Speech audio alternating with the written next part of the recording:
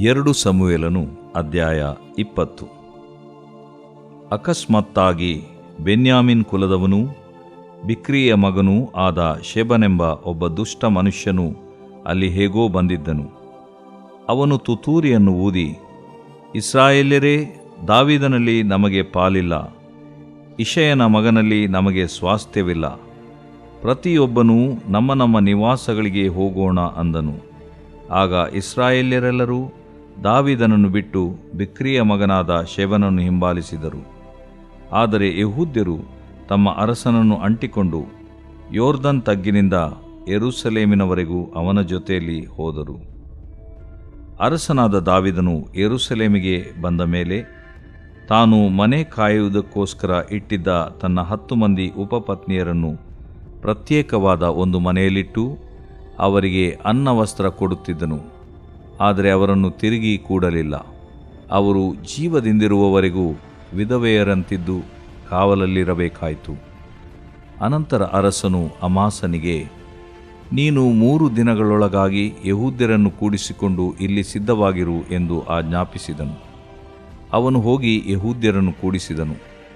ಆದರೆ ಅವನು ನೇಮಕವಾದ ಸಮಯಕ್ಕೆ ಬಾರದೆ ತಡ ಮಾಡಿದ್ದರಿಂದ ಅರಸನು ಅಬೀಷೈಗೆ, ಅಬ್ಷಾಲೋಮನಿಗಿಂತ ಬಿಕ್ರಿಯ ಮಗನಾದ ಶೆಬನು ನಮಗೆ ಹೆಚ್ಚಿನ ಕೇಡು ಮಾಡುವಂತಿದೆ. ಆದುದರಿಂದ ನೀನು ನನ್ನ ಸ್ವಂತ ಆಳುಗಳನ್ನು ತೆಗೆದುಕೊಂಡು ಹೋಗಿ ಅವನನ್ನು ಹಿಂದಟ್ಟು, ಇಲ್ಲವಾದರೆ ಅವನು ನಮ್ಮ ಕಣ್ಣಿಗೆ ಮರೆಯಾಗಿ ಹೋಗಿ ಕೋಟೆ ಕೊತ್ತಲುಗಳುಳ್ಳ ಪಟ್ಟಣಗಳನ್ನು ಸೇರಿಕೊಂಡಾನು ಅಂದನು. ಆಗ ಅವನು ಯೋವಾಬನ ಸೈನಿಕರನ್ನು, ಕೆರೇತ್ಯ ಪೆಲೇತ್ಯ ಎಂಬ ಕಾವಲು ದಂಡುಗಳನ್ನು, ಎಲ್ಲ ಶೂರರನ್ನು ಕರಕೊಂಡು ಬಿಕ್ರಿಯ ಮಗನಾದ ಶೆಬನನ್ನು ಹಿಂದಟ್ಟುವುದಕ್ಕೋಸ್ಕರ ಯೆರೂಸಲೇಮಿನಿಂದ ಹೊರಟನು. ಅವರು ಗಿಬ್ಯೋನಿನಲ್ಲಿದ್ದ ದೊಡ್ಡ ಕಲ್ಲನ್ನು ಸಮೀಪಿಸಿದಾಗ ಅಮಾಸನು ಅವರೆದುರಿಗೆ ಬಂದನು. ಯುದ್ಧ ವಸ್ತ್ರಗಳನ್ನು ಧರಿಸಿಕೊಂಡಿದ್ದ ಯೋವಾಬನು ಅವನನ್ನು ವಂದಿಸುವುದಕ್ಕೆ ಹೋಗುತ್ತಿರುವಾಗ ಅವನ ಸೊಂಟಕ್ಕೆ ಕಟ್ಟಿದ್ದ ಕತ್ತಿಯು ಒರೆಯಿಂದ ಕೆಳಗೆ ಬಿದ್ದಿತು.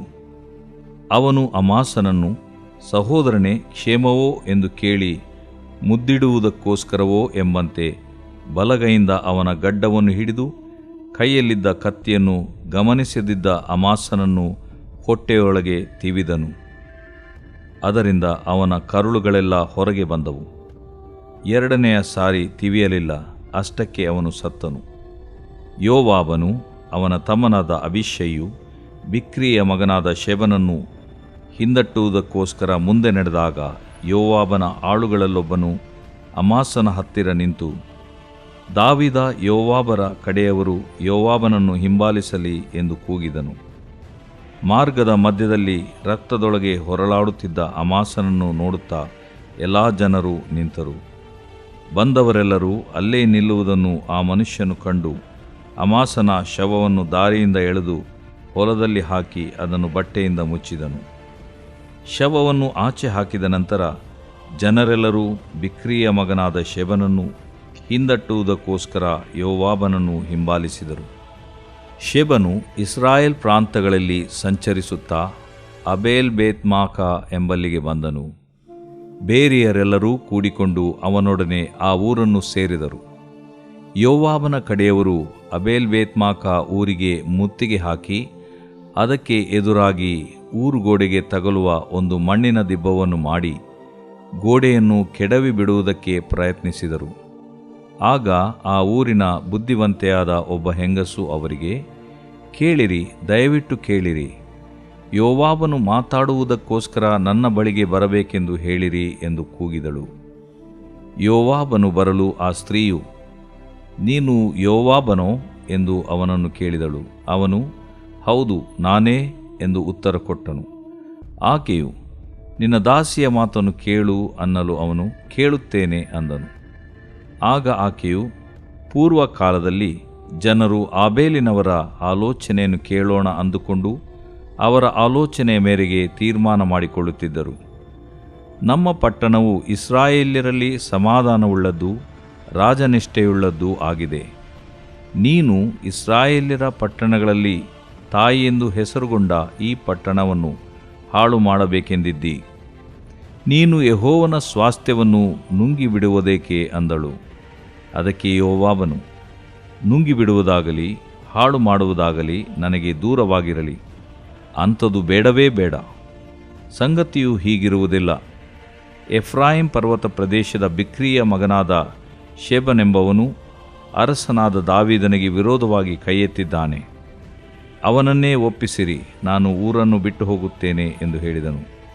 ಅದಕ್ಕೆ ಸ್ತ್ರೀಯು, ನೋಡು, ಈಗಲೇ ಅವನ ತಲೆಯು ಗೋಡೆಯ ಕಂಡಿಯಿಂದ ನಿನ್ನ ಕಡೆಗೆ ಒಗೆಯಲ್ಪಡುವುದು ಎಂದು ಉತ್ತರ ಕೊಟ್ಟು ತನ್ನ ಜನರ ಬಳಿಗೆ ಹೋಗಿ ಅವರಿಗೆ ವಿವೇಕದೊಡನೆ ಈ ಸಂಗತಿಯನ್ನು ತಿಳಿಸಿದಳು. ಅವರು ಬಿಕ್ರಿಯ ಮಗನಾದ ಶೆಬನ ತಲೆಯನ್ನು ಕಡಿದು ಯೋವಾಬನಿದ್ದಲ್ಲಿಗೆ ಬಿಸಾಡಿದರು. ಕೂಡಲೇ ಅವನು ತುತ್ತೂರಿಯನ್ನು ಊದಿಸಿದನು. ಜನರು ಆ ಪಟ್ಟಣವನ್ನು ಬಿಟ್ಟು ತಮ್ಮ ತಮ್ಮ ನಿವಾಸಗಳಿಗೆ ಹೋದರು. ಯೋವಾಬನು ಹಿಂದಿರುಗಿ ಯೆರೂಸಲೇಮಿನಲ್ಲಿದ್ದ ಅರಸನ ಬಳಿಗೆ ಬಂದನು. ಯೋವಾಬನು ಇಸ್ರಾಯೇಲ್ಯರ ಮುಖ್ಯ ಸೇನಾಪತಿ. ಯೆಹೋಯಾದಾವನ ಮಗನಾದ ಬೆನಾಯಾಯನು ಕೆರೇತ್ಯ ಪೆಲೇತ್ಯ ಎಂಬ ಕಾವಲು ದಂಡುಗಳ ಅಧಿಪತಿ. ಅದೋರಾಮನು ಬಿಟ್ಟಿ ಕೆಲಸ ಮಾಡಿಸುವವನು. ಅಹೀಲೂದನ ಮಗನಾದ ಯೆಹೋಷಾಫಾಟನು ಪ್ರಧಾನಮಂತ್ರಿಯು. ಶೆವನು ಲೇಖಕನು. ಚಾದೋಕ್ ಎಬ್ಯಾತಾರರು ಯಾಜಕರು. ಯಾಯೀರನವನಾದ ಈರನು ದಾವೀದನ ಯಾಜಕನು. ದೇವರು ಪ್ರೀತಿಸುವ ಪ್ರೀತಿಯ ಬಿಗ್ ಜೆ ಟಿವಿ ಪ್ರಿಯ ವೀಕ್ಷಕರಿಗೆ ನಮ್ಮ ಕರ್ತನಾದ ಯೇಸು ಕ್ರಿಸ್ತನ ಹೆಸರಿನಲ್ಲಿ ನಮ್ಮನ್ನು ವಂದಿಸಿ ನಿಮ್ಮನ್ನು ಸ್ವಾಗತಿಸುತ್ತಿದ್ದೇವೆ. ಬನ್ನಿರಿ, ಇಂದಿನ ನಮ್ಮ ಅಧ್ಯಯನಕ್ಕೆ 2ನೇ ಸಮುವೇಲನ ಗ್ರಂಥ, second book of Samuel, chapter 20ನೇ ಅಧ್ಯಾಯವನ್ನು ನಾವು ನೋಡಿಕೊಳ್ಳಲಿಕ್ಕಿದ್ದೇವೆ. 19ನೇ ಅಧ್ಯಾಯದಲ್ಲಿ ನಡೆದಂಥ ಒಂದು ಘಟನೆ ಬಹಳ ವಿಚಿತ್ರವಾದಂಥ ಒಂದು ಘಟನೆ ಮತ್ತು ಅದು ಅನಿರೀಕ್ಷಿತವಾದಂಥ ಘಟನೆ. ಇನ್ನೊಂದು ರೀತಿಯಲ್ಲಿ ಹೇಳಬೇಕಾದ್ರೆ ಅದ್ಭುತವಾದಂಥ ಘಟನೆ. ಯಾಕಂತ ಹೇಳಿದ್ರೆ ಅಬ್ಸಲೋಮನು ತಂದೆಗೆ ವಿರುದ್ಧವಾಗಿ ತಿರುಗಿ ಬಿದ್ದು ಈಗ ಮರಳಿನಷ್ಟು ಸೈನಿಕರನ್ನು ಕರ್ಕೊಂಡು ತಂದೆಗೆ ವಿರುದ್ಧವಾಗಿ ಅಥವಾ ದಾವೀದನಿಗೆ ವಿರುದ್ಧವಾಗಿ ಅಬ್ಸಲೋಮನು ಯುದ್ಧಕ್ಕೆ ಬರ್ತಾ ಇದ್ದಾನೆ. ಜೊತೆಯಲ್ಲಿ ಅಮಾಸನ್ ಎಂಬಂಥ ಒಬ್ಬ ಸೇನಾಪತಿ ಇರ್ತಾನೆ. ಅಮಾಸ ಅಂತ ಹೇಳಿದ್ರೆ ಎಕ್ಸಲೆನ್ಸ್ ಅಥವಾ ಪರಮ ಶ್ರೇಷ್ಠ ಅಂತ ಹೇಳ್ಬಿಟ್ಟು. ಇನ್ನೊಂದು ಕಡೆ ನೋಡಿದರೆ ಅಡವಿಯಲ್ಲಿ ಮರೆಯಾಗಿರುವಂಥ ದಾವೀದನ ಜನರು, ಸೈನಿಕರಂತ ಕೂಡ ಹೇಳಲಿಕ್ಕೆ ಆಗಲ್ಲ, ಹೇಳ್ಬೋದು. ಯಾಕಂತ ಹೇಳಿದ್ರೆ ಅವರು ಇದ್ದಕ್ಕಿದ್ದಂತೆ ಓಡೋಗ್ತಾ ಇರ್ತಾರೆ, ಯುದ್ಧಕ್ಕಂತ ಹೋಗಲ್ಲ, ಯುದ್ಧದಿಂದ ತಪ್ಪಿಸ್ಕೋಬೇಕಂತ ಹೋಗ್ತಿರ್ತಾರೆ. ಅಂಥ ಸಂದರ್ಭದಲ್ಲಿ ದಾವೀದನ ಕಡೆಯವರು ಕೆಲವು 100 ಜನರು ಅಷ್ಟೇ, ಕೆಲವು 100 ಜನರು. ಆದರೆ 3 ಸಿಪಾಯಿಗಳು ಅವರಿಗೆ ಇರ್ತಾರೆ, ಯೋವಾಬನು, ಅಭಿಷಯನು ಮತ್ತು ಇಥ ಎಂಬಂಥವ್ರು. ದಾವೀದನ ಯುದ್ಧಕ್ಕೆ ಬರಲ್ಲ, ಯಾಕಂದರೆ ಬರಬಾರ್ದು, ನೀನು ಬಂದರೆ 10,000 ಜನರಿಗೆ ನೀನು ಈಕ್ವಲ್, ನೀನು ಸತ್ತು ಹೋದರೆ 10,000 ಜನರು ಸತ್ತು ಹೋದ ಹಾಗೆ. ನಮ್ಮಲ್ಲಿ ಅರ್ಧ ಜನರು ಸತ್ತು ಹೋದರೂ ಕೂಡ ಅವರಿಗೆ ಅದು ದೊಡ್ಡ ಲಾಭ ಏನಲ್ಲ. ಅದ ಕಾರಣ ನೀನು ಬರಬಾರ್ದು ಅಂತ ಹೇಳಿದ್ರಿಂದ ದಾವೀದನು ಊರಲ್ಲಿ ಕೂತ್ಕೊಂಡು ಅದನ್ನು ಮಾನಿಟರ್ ಮಾಡ್ತಾ ಇರ್ತಾನೆ ರೀ. ಹಾಗಿರುವಾಗ ಯುದ್ಧವಾಗ್ತದೆ. ಯುದ್ಧದಲ್ಲಿ ಅಬ್ಸಲೋಮನು ಸತ್ತು ಹೋಗ್ತಾನೆ ಮತ್ತು ಅಬ್ಸಲೋಮನಿಗೋಸ್ಕರವಾಗಿ ಅಳುತ್ತಾನೆ, ಪ್ರಲಾಪಿಸ್ತಾನೆ ದಾವೀದನು. ಅದನ್ನು ನೋಡಿಬಿಟ್ಟು ಯೋಬನು, ಅಬ್ಸಲೋಮನು ಉಳಿದ್ಬಿಟ್ಟು ನಾವೆಲ್ಲ ಸತ್ತು ಹೋಗಿಬಿಟ್ಟಿದ್ರೆ ನಿನಗೆ ಸಂತೋಷವಾಗಿರ್ತಿತ್ತ ಎಂಬುದಾಗಿ ಒಂದು ರೀತಿಯಿಂದ ಐರಾನಿಕಲ್, ವ್ಯಂಗ್ಯವಾಗಿ ಹೇಳ್ತಾನೆ. ಹೇಗೋ ದಾವೀದನ ಸಮಾಧಾನ ತಂದುಕೊಂಡು ಊರ ಬಾಗಿಲತ್ರ ಬಂದು ಕೂತ್ಕೊಳ್ತಾನೆ. ಆ ನ್ಯೂಸ್ ಎಲ್ಲರಿಗೂ ಹೋಗ್ತದೆ. ಅನಂತರ ಕಡೆಗೆ ಅವನು ಜನರಿಗೆ ಹೇಳಿ ಕಳಿಸ್ತಾನೆ, ಹಿಂದಿರುಗಿ ಬರಬೇಕಲ್ಲ, ಅಡವಿಯಿಂದ ಯೆರೂಸಲೇಮಿಗೆ ಅವನು ಬರಬೇಕಲ್ಲ. ಬರ್ತಾ ಇರುವಂಥ ದಾರಿಯಲ್ಲಿ ಶಿಮ್ಮಿ ಅಂತ ಒಬ್ಬ ಮನುಷ್ಯನು ಈಗಾಗಲೇ ಕೆಲವು ದಿನಗಳ ಹಿಂದೆ ದಾವೀದನ ಅದೇ ದಾರಿಯಲ್ಲಿ ಬಹೂರೀಮ್ ಎಂಬಂಥ ಸ್ಥಳಕ್ಕೆ ಬಂದಾಗ ಇವನು ಸೌಲನ ರಿಲೇಟಿವ್ಸ್ ಬೆನ್ಯಾಮೀನ್ ಅವನು ಶಾಪ ಕೊಡ್ತಾ, ಕಲ್ಲೆಸೆಯುತ್ತಾ, ಮಣ್ಣು ಧೂಳು ಎರಚುತ್ತಾ ಅವನಿಗೆ ವಿರುದ್ಧವಾಗಿ ಇದ್ದಾಗ ಅವನು ಕ್ಷಮಿಸಿಬಿಡ್ತಾನೆ ರೀ.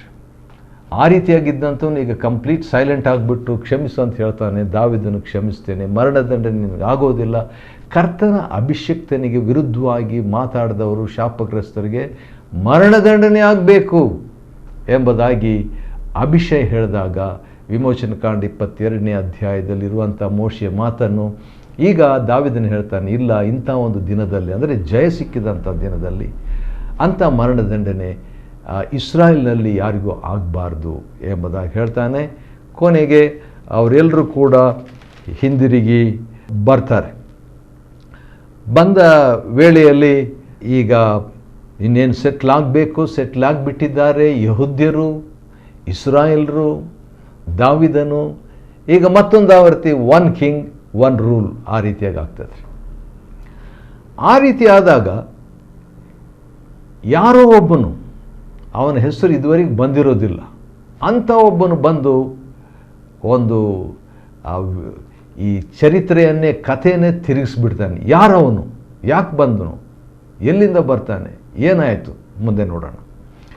2 ಸಮುವೇಲ 20ನೇ ಅಧ್ಯಾಯದಲ್ಲಿ ಅಕಸ್ಮಾತ್ತಾಗಿ, 2 Samuel chapter 20 verse 1, ಅಕಸ್ಮಾತ್ತಾಗಿ ಬೆನ್ಯಾಮೀನ್ ಕುಲದವನು, ಬೆನ್ಯಾಮೀನ್ ಕುಲ ಅಂತ ಹೇಳಿದ ತಕ್ಷಣ ಸೌಲನ ನೆನಪು ಬರ್ತದೆ. ಯಾಕಂದರೆ ಸೌಲನು ಬೆನ್ಯಾಮೀನ್ ಕುಲದವನು.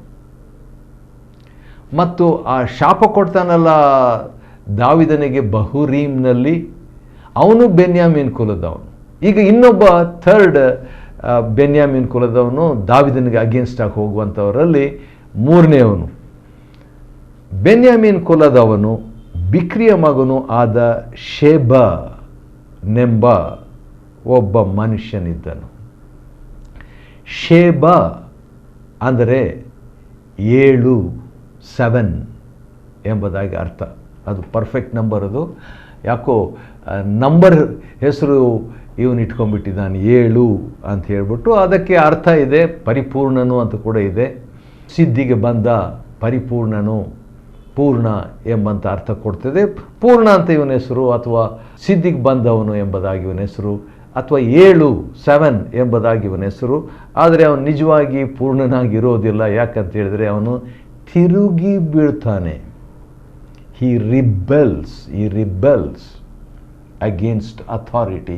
ಈಗ ತಾನೇ ತಂದೆಗೆ ವಿರುದ್ಧವಾಗಿ ತಿರುಗಿ ಬಿದ್ದು ಭಯಂಕರವಾಗಿ ಸತ್ತು ಹೋದಂಥ ಅಬ್ಸಲೋಮನ ಎಕ್ಸಾಂಪಲ್ ಇವನು ನೆನೆಸ್ಕೊಂಡು ಇವನು ಚೆನ್ನಾಗಿರಬೇಕಾಗಿತ್ತು, ಎಚ್ಚರಿಕೆ ತಂದುಕೋಬೇಕಾಯ್ತು. ಇವನು ರಿಪೀಟ್ ಮಾಡ್ತಾನೆ. ಅಬ್ಸಲೋಮನ ತಿರುಗಿ ಬಿದ್ದ ಹಾಗೆ, just like Absalom ರೆಬಲ್ಡ್, ಶೆಬ also rebels. ಅವನು ಕೂಡ ತಿರುಗಿ ಬೀಳ್ತಾನೆ. ತಿರುಗಿ ಬಿದ್ದು ಏನು ಹೇಳ್ತಾನೆ ನೋಡ್ರಿ, ನೋಡೋಣವೇ. 1ನೇ ವಚನ 2 ಸಮುವೇಲ 21. ಅವನು ತುತ್ತೂರಿಯನ್ನು ಊದಿ, ಇದು ಇಸ್ರಾಯೇಲ್ರಲ್ಲಿ ತುತ್ತೂರಿ ಊದೋದು ಅಂತ ಹೇಳಿದ್ರೆ ಇಟ್ಸ್ ಅ ಡಿಕ್ಲರೇಷನ್. ಅದು ಯುದ್ಧಕ್ಕೆ ತುತ್ತೂರಿಯಲ್ಲಿ ಬೇರೆ ಬೇರೆ ಟೈಪು. ಒಂದಂತೂ ಆ ತುತ್ತೂರಿ ಊದಿದಾಗ ಯುದ್ಧ ಸ್ಟಾರ್ಟ್, ಯುದ್ಧ ಪ್ರಾರಂಭ ಎಂಬುದಾಗಿ ತುತ್ತೂರಿ ಊದಿ ಒಂದು ಕಾರಣ. ಇಲ್ಲಿ ಕೂಡ ಅವನು ತುತ್ತೂರಿಯನ್ನು ಊದಿ, ಇಸ್ರಾಯೇಲರೇ, ದಾವೀದನಲ್ಲಿ ನಮಗೆ ಪಾಲಿಲ್ಲ. We don't have anything to do with David. ಇಷಯನ ಮಗನಲ್ಲಿ ನಮಗೆ ಸ್ವಾಸ್ಥ್ಯವಿಲ್ಲ. We don't have an inheritance. ಪ್ರತಿಯೊಬ್ಬೊಬ್ಬನು ನಮ್ಮ ನಿವಾಸಗಳಿಗೆ ಹೋಗೋಣ ಬನ್ನಿರಿ ಅಂತ ಅನೌನ್ಸ್ ಮಾಡಿಬಿಡ್ತಾನೆ. ಆದರೆ ಆಶ್ಚರ್ಯ ಏನಪ್ಪ ಅಂದರೆ 2 ಸಮುವೇಲ 20ನೇ ಅಧ್ಯಾಯದ 2ನೇ ವಚನದಲ್ಲಿ ಇಸ್ರಾಯೇಲ್ರೆಲ್ಲರಿಗೂ ದಾವೀದನನ್ನು ಬಿಟ್ಟು ಬಿಕ್ರಿಯ ಮಗನಾದ ಶೇಬನನ್ನು ಹಿಂಬಾಲಿಸಿದರು. How quickly they left the leader. I am surprise. ನನಗೆ ಆಶ್ಚರ್ಯ ಆಗ್ತಾ ಇದೆ. ಯಾಕಂದರೆ ಎಷ್ಟು ಚೆನ್ನಾಗಿ ಬಂದರು, ಎಷ್ಟು ಚೆನ್ನಾಗಿ ಅವನು ಗೊಲ್ಯಾತನ ಮೇಲೆ ಯುದ್ಧ ಮಾಡಿ ಅವಮಾನ ತೆಗೆದುಬಿಟ್ಟು ಜಯವನ್ನು ರಾಷ್ಟ್ರಕ್ಕೆ ತಂದು ಕೊಟ್ಟನು. ಅವನಿಗೆ ಗೌರವ ಕೊಡಬೇಕು, ಮರ್ಯಾದೆ ಕೊಡಬೇಕು, ಅವನು ಫಾಲೋ ಮಾಡಬೇಕು ಎಂಬುದನ್ನು ಬಿಟ್ಬಿಟ್ಟು ಈ ಇಸ್ರಾಯೇಲ್ರು, ಬಿಲಿವರ್ಸ್ ಇವರು, ಇಸ್ರಾಯೇಲ್ರಿಗೆ ಏನು ಮಾಡ್ತಾರೆ, ಯಾವನೋ ಒಬ್ಬನು ಸಡನ್ನಾಗಿ ಬಂದು, ದೇವರಿಂದ ಅಭಿಷಿಕ್ತನಲ್ಲ, he was not anointed by God, ಬೆನ್ಯಾಮೀನ್ ಕುಲದವನು, ಆದರೆ ಇವನು ನ್ಯಾಯ ಪ್ರಕಾರವಾಗಿ ಬಂದಿರೋದಿಲ್ಲ. ಅಟ್ಲೀಸ್ಟ್ ಅಬ್ಸಲೋಮನು ಬಂದು ರಾಜಪುತ್ರನು, ಅರಮನೆಯಲ್ಲಿ ಬೆಳೆದಂಥವನು, ಅಲ್ಲೇ ಇದ್ದಂಥವನು. ಆದರೆ ಇವನು ಎಲ್ಲಿ ಇಲ್ಲದಂಥವನು, ಅಂದರೆ ಎಲ್ಲೋ ಬೆನ್ಯಾಮೀನ್ ಕುಲದಲ್ಲಿ ಯಾವುದೋ ಒಂದು ಮೂಲೆಯಲ್ಲಿ ಇದ್ದಂಥವನು ಸಡನ್ನಾಗಿ ಬಂದುಬಿಟ್ಟು ದಾವೀದನಲ್ಲಿ ನಮಗೆ ಪಾಲಿಲ್ಲ, we have nothing to do with David ಎಂಬುದಾಗಿ ಒಂದು ತುತ್ತೂರಿಯನ್ನು ಊದ್ಬಿಟ್ಟು ಆ ರೀತಿಯಾಗಿ ಹೇಳಿದಾಗ ಆಶ್ಚರ್ಯ ಏನಂದರೆ, ಇಸ್ರಾಯೇಲರು ಎಲ್ಲರೂ ಲಕ್ಷಾಂತರ ಜನರು ಏನು ಮಾಡಿಬಿಡ್ತಾರೆ, ಈ ಶೇಬನ ರೆಬಲಿಯನ್ಗೆ ಸಪೋರ್ಟ್ ಮಾಡಿ ಅವನನ್ನು ಫಾಲೋ ಮಾಡ್ತಾರೆ. ಆದರೆ ಯಹೂದ್ಯರು ತಮ್ಮ ಅರಸನನ್ನು ಅಂಟಿಕೊಂಡು ಯೋರ್ದನ್ ತಗ್ಗಿನಿಂದ ಯೆರೂಸಲೇಮಿನವರೆಗೂ ಅವನ ಜೊತೆಯಲ್ಲೇ ಹೋದರು. ಇನ್ನೇನು ಯೆರೂಸಲೇಮ್ ಬಂದಿಲ್ಲ, ಆವಾಗಲೇ ಈ ಒಂದು ಘಟನೆ. ಇನ್ನೇನು ಹತ್ರ ಬರಬೇಕು ಯೆರೂಸಲೇಮ್ಗೆ ಅಂತ ದಾವೀದನು ಬರ್ತಾ ಇದ್ದಾಗ ಇಂಥ ಒಂದು ತಿರುವು, ಇಂಥ ಒಂದು ಚೇಂಜ್ ಆದ ಕಾರಣ ಯಹೂದ್ಯರು, ನೋಡ್ರಿ, ಯಹೂದ್ಯರದ್ದು the tribe of Judah, they were always faithful in following David. Majority ಇವನನ್ನು ಫಾಲೋ ಮಾಡಿಲ್ಲ, ಮೈನಾರಿಟಿ ಇವನ ಕಡೆ ಇದ್ದರು. ದಟ್ಸ್ ಅನ್ ಎನ್ಕರೇಜ್ಮೆಂಟ್ ದಾವೀದನಿಗೆ ಬಹುಶಃ. ಆದ ಕಾರಣ ಅವನ ಜೊತೆಯಲ್ಲೇ ಹೋದರು. ಆದ ಕಾರಣ ಒಡಂಬಡಿಕೆಯ ಒಂದು ಸಂಬಂಧ ಏನಂದರೆ, the mark of a covenant is you be with the one who made covenant. ಅವನ ಜೊತೆಯಲ್ಲೇ ಇವರು, ಅವನ ಅಡವಿಗೆ ಹೋದರೆ ಅಡವಿಗೆ ಹೋಗ್ತಾರೆ, ಹಿಂದಿರಿಗೆ ಬಂದರೆ ಹಿಂದಿರಿಗೆ ಬರ್ತಾರೆ. Wow, what a scene! ಎಂಥ ಒಂದು ಕಮಿಟ್ಮೆಂಟ್ ಈ ಯಹೂದ್ಯರಿಗಿತ್ತಂತ ನಾವು ನೋಡ್ತೀವಿ. ಅರಸನಾದ ದಾವೀದನು ಯೆರೂಸಲೇಮಿಗೆ ಬಂದ ಮೇಲೆ ಅವನು ಕೆಲವು ವ್ಯವಸ್ಥೆಗಳನ್ನು ಅಲ್ಲಿ ಮಾಡ್ತಾನೆ. ಅದಾದ ನಂತರ ಆಮಾಸನಿಗೆ, ನೀನು 3 ದಿನದೊಳಗಾಗಿ ಯಹೂದ್ಯರನ್ನು ಕೂಡಿಸ್ಕೊಂಡು ಗೆಟ್ ರೆಡಿ ಫಾರ್ ವಾರ್. ಈಗ ತಾನೇ ಒಂದು ವಾರ್ ಮುಗಿಸ್ಬಿಟ್ಟು ಬಂದಿದ್ದಾರೆ, ಇನ್ನೊಂದು ವಾರ್. ಈಗ ತಾನೇ ದೊಡ್ಡದಾದಂಥ ಮರಳಿನಷ್ಟು ಜನರು ಅಬ್ಸಲೋಮನ್ ಕರ್ಕೊಂಬಂದಂಥ ವಾರ್ನಲ್ಲಿ ಇವರಿಗೆ ಜಯ ಸಿಕ್ತು. ಒಂದು ಕಡೆಯಿಂದ ಒಂದು ಕಡೆ, ಇನ್ನೊಂದು ಕಡೆಯಿಂದ ಇನ್ನೊಂದು ಕಡೆ. He was a man of war.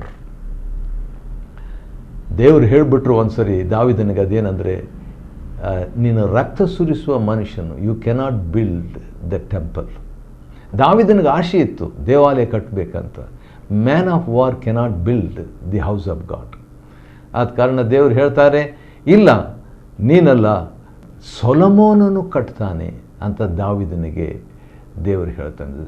ಸೊಲೊಮೋನನು ಬಂದು ಅವನು ಮ್ಯಾನ್ ಆಫ್ ಪೀಸ್, ಸಲಾಮ್, ಶಲೋಮ್ ಅಂತ ಹೇಳಿದರೆ ಸಮಾಧಾನ ಪುರುಷನು. ಈ ಸೊಲೊಮೋನ್ ಕಾಲದಲ್ಲಿ ಯುದ್ಧ ಅಪರೂಪ, ವೆರಿ ರೇರ್, ಯುದ್ಧ ಆಗ್ತಿರಲಿಲ್ಲ. ಆದರೆ ದಾವೀದನ ಕಾಲದಲ್ಲಿ ವಾರ್ ಆಫ್ಟರ್ ವಾರ್, ಒಂದು ಯುದ್ಧ ಮುಗಿಸ್ಕೊಂಡು ಇನ್ನೊಂದು ಯುದ್ಧ, ಸ್ವಲ್ಪ ವಿಶ್ರಾಂತಿ, ಮತ್ತೆ ಇನ್ನೊಂದು ಯುದ್ಧ, ಆ ರೀತಿಯಾಗಿ ಹೇಗೆ ಹೇಳ್ತಾನೆ, ಯಹೂದ್ಯರನ್ನು ಕೂಡಿಸ್ಕೊಂಡು ಇಲ್ಲಿ ನೀನು ಸಿದ್ಧವಾಗಿ. ಯಾಕೆ ಯಹೂದ್ಯರನ್ನು ಕೂಡಿಸ್ಕೊಂಡು ಅಂತ ಹೇಳ್ತಾನೆ ದಾವೀದನು? ಯಾಕಂದರೆ ಇಸ್ರಾಯೇಲರು ಬಿಟ್ಟುಬಿಟ್ಟಿದ್ರು. ಮೆಜಾರಿಟಿಯವರು ದಾವೀದನನ್ನು ಬಿಟ್ಟುಬಿಟ್ಟು ಶೇಬನ ಕಡೆಗೆ ಸೇರಿಬಿಟ್ಟಿದ್ರು. ಈಗ ತಾನೇ ಅಬ್ಸಲೋಮನ್ ಕಡೆಗೆ ಸೇರಿಬಿಟ್ಟಿದ್ರು. ಈಗ ಅಬ್ಸಲೋಮನ್ ಸತ್ತೋದ ತಕ್ಷಣ ಈಗೇನು ಮಾಡ್ತಾರೆ, ದಾವೀದನ ಕಡೆಗೆ ಬರೋದು ಬದಲು ಶೇಬನ ಕಡೆಗೆ ಅವರು ಟರ್ನ್ ಆಗಿಬಿಟ್ಟಿರ್ತಾರೆ. ಆದ ಕಾರಣ ಅವನು ಹೋಗಿ ಯಹೂದ್ಯರನ್ನು ಕೂಡಿಸಿದನು. ಅಮಾಸನಿಗೆ ಹೇಳ್ತಾರೆ, ಯಾಕಂದರೆ ಅಮಾಸ್ ಬಂದು ಅಬ್ಸಲೋಮನ್ ಜೊತೆಗಿದ್ದಂಥ ನ್ಯೂ ಕಮಾಂಡರ್ ಅಥವಾ ಹೊಸ ಸೇನಾಪತಿ, ಅವನು ರೆಡಿ ಮಾಡ್ತಾನೆ ರೀ. ಇದು ಯೋವಾಬನಿಗೆ ಅಪ್ಸೆಟ್ ಆಗಿರ್ಬೇಕು, ಯಾಕಂದರೆ ಇದುವರೆಗೆ ಇವನಿಗೆ ಸೇನಾಪತಿ ಆಗಿರ್ತಾನೆ. ಅವನನ್ನು ದಾವೀದನ್ನು ಕರೆಯದೆ ಚೇಂಜ್ ಆಗಿಬಿಡ್ತಾನೆ ವಿದಿನ್ ನೋ ಟೈಮ್. ಒಂದೇ ದಿನದಲ್ಲಿ, ಒಂದೇ ರಾತ್ರಿಯಲ್ಲಿ, ಅರ್ಧ ದಿನದಲ್ಲಿನೇ ಸೇನಾಪತಿ ಚೇಂಜ್ ಆಗಿಬಿಟ್ರೆ ಅವನಿಗೆ ಅಪ್ಸೆಟ್ ಆಗಿರಬೇಕಲ್ಲ. ಆಗಿದ್ದರಿಂದ ಯಾವ ರೀತಿಯಾಗಿ ವ್ಯಕ್ತಪಡಿಸ್ತಾನೆ ಮುಂದೆ ನೋಡೋಣ. ಸರಿ, ಆಮಾಸನಿಗೆ ಹೋಗಿ 3 ದಿನದೊಳಗೆ ಅವ್ರನ್ನೆಲ್ಲ ಕೂಡ್ಸು ಅಂತ ಹೇಳಿಬಿಟ್ಟು ಹೇಳಿದ್ದರಿಂದ ಅವನು ಬರೋದಿಲ್ಲ ರೀ. ಅದಕ್ಕೆ ಇವನೇನು ಮಾಡ್ತಾನೆ, ಅರಸನಿಗೆ ಅಭಿಷೇಕ್ ಹೇಳ್ತಾನೆ. ಯಾಕಂದರೆ ಇದು ಭಾಳ ಅರ್ಜೆಂಟ್ ಅಲ್ವಾ. ಆದ ಕಾರಣ ಅಬ್ಸಲೋಮನಿಗಿಂತ ಇವನು ಶೇಬಾ ಭಾಳ ಡೇಂಜರ್. ಇವನು ಅಬ್ಸಲೋಮನು ಭಾಳ ಅಪಾಯಕಾರಿ, ಹಾನಿ. ಅಬ್ಸಲೋಮನಿಗಿಂತ ಬಿಕ್ರಿಯ ಮಗನಾದ ಶೇಬನ್ ನಮಗೆ ಹೆಚ್ಚಿನ ಕೇಡು ಮಾಡುವಂತೆ ಕಾಣ್ತಾ ಇದೆ. ಆದ ಕಾರಣ ಬೇಗ ಹೋಗಿ ನೀನು ತೆಗೆದುಕೊಂಡು ಹೋಗಿ ಅವನನ್ನು ಹಿಂದಟ್ಟು ಅಟ್ಯಾಕ್ ಅಂತ ಕಳಿಸ್ತಾನೆ ರೀ ದಾವೀದನು ಅಭಿಷೇಕ್. ಅಷ್ಟರಾಗಿ ಏನಾಗ್ತದೆ, ಅವನು ಯೋವಾಬನ ಸೈನಿಕರನ್ನು ಕರ್ಕೊಂಡು ಈ ಶೇಬನನ್ನು ಬೆನ್ನಟ್ಲಿಕ್ಕೆ ಹೋಗ್ತಾ ಇದ್ದಾಗ ಆಮಾಸನು ಅವರ ಎದುರಿಗೆ ಬರ್ತಾನೆ ರೀ, ನ್ಯೂ ಕಮಾಂಡರ್. ಬಂದಾಗ ಯೋವಾಬನು ಅವನನ್ನು ಆ್ಯಸ್ ದೋ ಗ್ರೀಟಿಂಗ್ಸ್ ವಂದಿಸುವಂಥ ರೀತಿಯಲ್ಲಿ ಹೋಗ್ಬಿಟ್ಟು ಕತ್ತಿ ತೊಗೊಂಡು ಚುಚ್ಚಿಬಿಡ್ತಾನೆ. ಈಗ ಆಮಾಸನು ನ್ಯೂ ಕಮಾಂಡರ್ ಸತ್ತು ಹೋಗ್ತಾನೆ ದಾರಿಯಲ್ಲಿ. ಇದು ದಾವಿದನಿಗೆ ಇನ್ನೂ ಗೊತ್ತಿರಲ್ಲ. ಇದು ದಾವಿದನ್ನು ಪ್ರಾಮಿಸ್ ಮಾಡಿಬಿಟ್ಟಿರ್ತಾನೆ. ಅದು ಏನಂತ ಹೇಳಿದ್ರೆ, ದೇವರ ಮುಂದೆ ಹೇಳ್ತೇನೆ ನಾನು ಆಮಾಸನೇ ನ್ಯೂ ಕಮಾಂಡರ್ ಅಂತ. ಅದು ಬಹುಶಃ ಯೋವಾಬನಿಗೆ ಅದು ಇಷ್ಟವಾಗಲಿಲ್ಲ. ಈಗ ಬಂದು ಅವನನ್ನು ಸಂಹರಿಸಿಬಿಡ್ತಾನೆ, ನಾಶ ಮಾಡಿಬಿಡ್ತಾನೆ. ಭಾಳ ದುಃಖ ಅದು. ದಾವಿದ ಯೋವಾಬರ ಕಡೆಯವರು ಯಾರು ಅಂತ ಹೇಳ್ಬಿಟ್ಟು ಆ ರೀತಿಯಾಗಿ ದಾವಿದ ಮತ್ತು ಯೋವಾಬನ ಕಡೆಯವರು ಯಾರು ಅಂತ ಹೇಳ್ಬಿಟ್ಟು ಹಾಗೇ ಇರುವಾಗ ಅಮಾಸನು ಆಲ್ಮೋಸ್ಟ್ ಸತ್ತು ಹೋಗಿರ್ತಾನೆ. ಮತ್ತು ಈಗ ಶೇಬನನ್ನು ಅಟ್ಯಾಕ್ ಮಾಡಬೇಕಂತ ಹೇಳ್ಬಿಟ್ಟು ಇಸ್ರಾಯೇಲ್ರ ಸೈನ್ಯವನ್ನು ಅಥವಾ ಇಸ್ರಾಯೇಲ್ರ ಸೈನ್ಯ ಇನ್ನೂ ಸೇರಿರಲ್ಲ, ಆದರೆ ಶೇಬನನ್ನು ಒಬ್ಬನ್ನು ಅಟ್ಯಾಕ್ ಮಾಡಿಬಿಟ್ರೆ ಒಳ್ಳೆಯದಂತ ಹೇಳ್ಬಿಟ್ಟು ಇವರೆಲ್ಲರೂ ಹೋಗ್ತಾ ಇದ್ದಾರೆ. ಆದರೂ ಕೂಡ ಇಸ್ರಾಯೇಲ್ನ ಅಟ್ಯಾಕ್ ಮಾಡಬೇಕೆಂಬಂಥ ಮನಸ್ಸು ಇವ್ರಿಗಿರ್ತದೆ. ಸರಿ, ಇನ್ನೊಂದು ಯುದ್ಧ ಸೀನ್. ಒಂದು ಕಡೆ ಶೇಬನು ಮತ್ತು ಇಸ್ರಾಯೇಲ್ರು, ಇನ್ನೊಂದು ಕಡೆ ಯೆಹೂದ್ಯರು ಮತ್ತು ಅವನ ಜೊತೆಯಲ್ಲಿ ಯೋವಾಬನು. ಇವ್ರು ಬರ್ತಾ ಇದ್ದಾರೆ. ಯಾಕಂದರೆ ಇನ್ನೊಂದು ಕಡೆ ಅಭಿಷೇಕ್ ಕೂಡ ಇವನನ್ನು ಹುಡುಕೊಂಡು ಬರ್ತಾ ಇರ್ತಾನೆ, ಯಾರನ್ನ ಶೇಬನ ಹಿಡಿಬೇಕಂತ. ಈಗ ಅವರಿಬ್ಬರು ಅಣ್ಣ ತಮ್ಮಂದರು ಮತ್ತು ದಾವಿದನ ಸಹೋದರಿಯ ಮಕ್ಕಳು. ಆದ ಕಾರಣ ಈಗ ಯೋವಾಬನು, ಇನ್ನೊಂದು ಕಡೆ ಅಭಿಷೈ ಪ್ಲಸ್ ಯೆಹೂದ್ಯರು, ಯೋವಾಬನು ಪ್ಲಸ್ ಯೆಹೂದ್ಯರು. ಇನ್ನೊಂದು ಕಡೆ ನೋಡಿದರೆ ಶೇಬನು, ಜಸ್ಟ್ ನಾವು ಫ್ರೆಶ್ ಆಗಿ ತಿರುಗಿ ಬಿದ್ದಂಥ ಶೇಬನು ಮತ್ತು ಇಸ್ರಾಯೇಲ್ರು ಒಂದು ಕಡೆ ಹತ್ತಿರ ಬರ್ತಾ ಇದ್ದಾಗ, ಇನ್ನೇನು ಅಟ್ಯಾಕ್ ಮಾಡುವಂಥ ಹತ್ತಿರಕ್ಕೆ ಬಂದಾಗ ನೂರಾರು ಸಾವಿರಾರು ಜನರು ಸತ್ತು ಹೋಗ್ಬೋದು.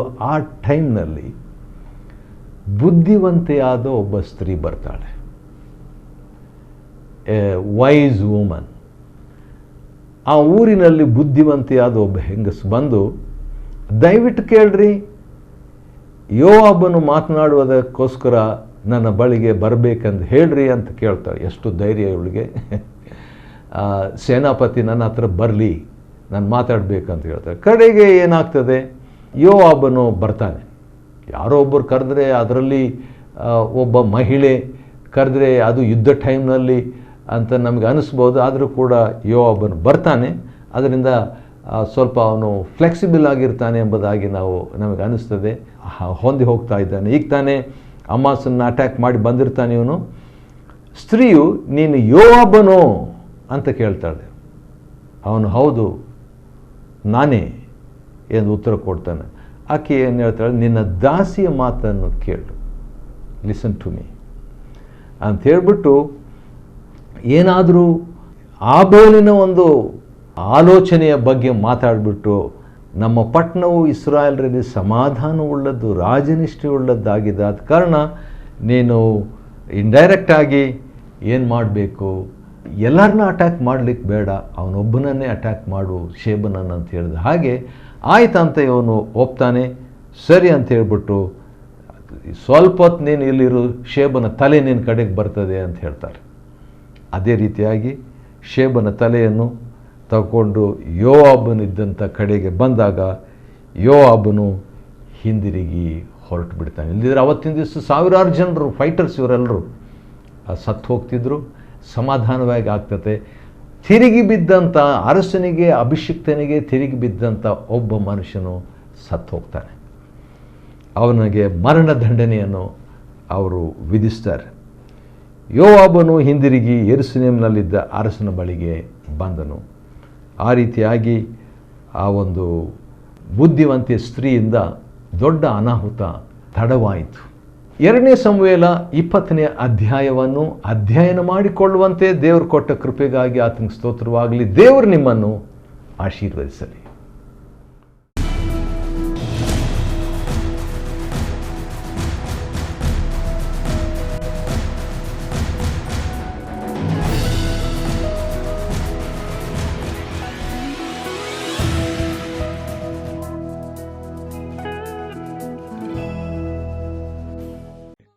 Chapter 20. And there happened to be there a man of Belial, whose name was Sheba, the son of Bichri, a Benjamite. And he blew a trumpet and said, We have no part in David, neither have we inheritance in the son of Jesse, every man to his tents, O Israel. So every man of Israel went up from after David, and followed Sheba the son of Bichri. But the men of Judah clave unto their king, from Jordan even to Jerusalem. And David came to his house at Jerusalem, and the king took the 10 women his concubines, whom he had left to keep the house, and put them in ward, and fed them, but went not in unto them. So they were shut up unto the day of their death, living in widowhood. Then said the king to Amasa, Assemble me the men of Judah within 3 days, and be thou here present. So Amasa went to assemble the men of Judah, but he tarried longer than the set time which he had appointed him. And David said to Abishai, Now shall Sheba the son of Bichri do us more harm than did Absalom. Take thou thy lord's servants, and pursue after him, lest he get him fenced cities, and escape us. And there went out after him Joab's men, and the Cherethites, and the Pelethites, and all the mighty men. And they went out of Jerusalem to pursue after Sheba the son of Bichri. When they were at the great stone which is in Gibeon, Amasa went before them. And Joab's garment that he had put on was girded unto him, and upon it a girdle with a sword fastened upon his loins, and the sheath thereof. And as he went forth, it fell out. And Joab said to Amasa, Art thou in health, my brother? And Joab took Amasa by the beard with the right hand to kiss him. But Amasa took no heed to the sword that was in Joab's hand. So he smote him therewith in the 5th rib, and shed out his bowels to the ground, and struck him not again, and he died. So Joab and Abishai his brother pursued after Sheba the son of Bichri. And one of Joab's men stood by him, and said, He that favoureth Joab, and he that is for David, let him go after Joab. And Amasa wallowed in blood in the midst of the highway. And when the man saw that all the people stood still, he removed Amasa out of the highway into the field, and cast a cloth upon him, when he saw that every one that came by him stood still. When he was removed out of the highway, all the people went on after Joab to pursue after Sheba the son of Bichri. And he went through all the tribes of Israel unto Abel, and to Bethmaachah, and all the Berites, and they were gathered together, and went also after him. And they came and besieged him at Abel in Bethmaachah, and they cast up a bank against the city, and it stood in the trench. And all the people that were with Joab battered the wall to throw it down. Then cried a wise woman out of the city, Hear, hear, say, I pray you, unto Joab, Come near hither, that I may speak with thee. And when he was come near unto her, the woman said, Art thou Joab? And he answered, I am he. Then she said unto him, Hear the words of thine handmaid. And he answered, I do hear. Then she spake, saying, They were wont to speak in old times, saying, They shall surely ask counsel of Abel. And so they ended the matter. I am one of them that are peaceable and faithful in Israel. Thou seekest to destroy a city and a mother in Israel.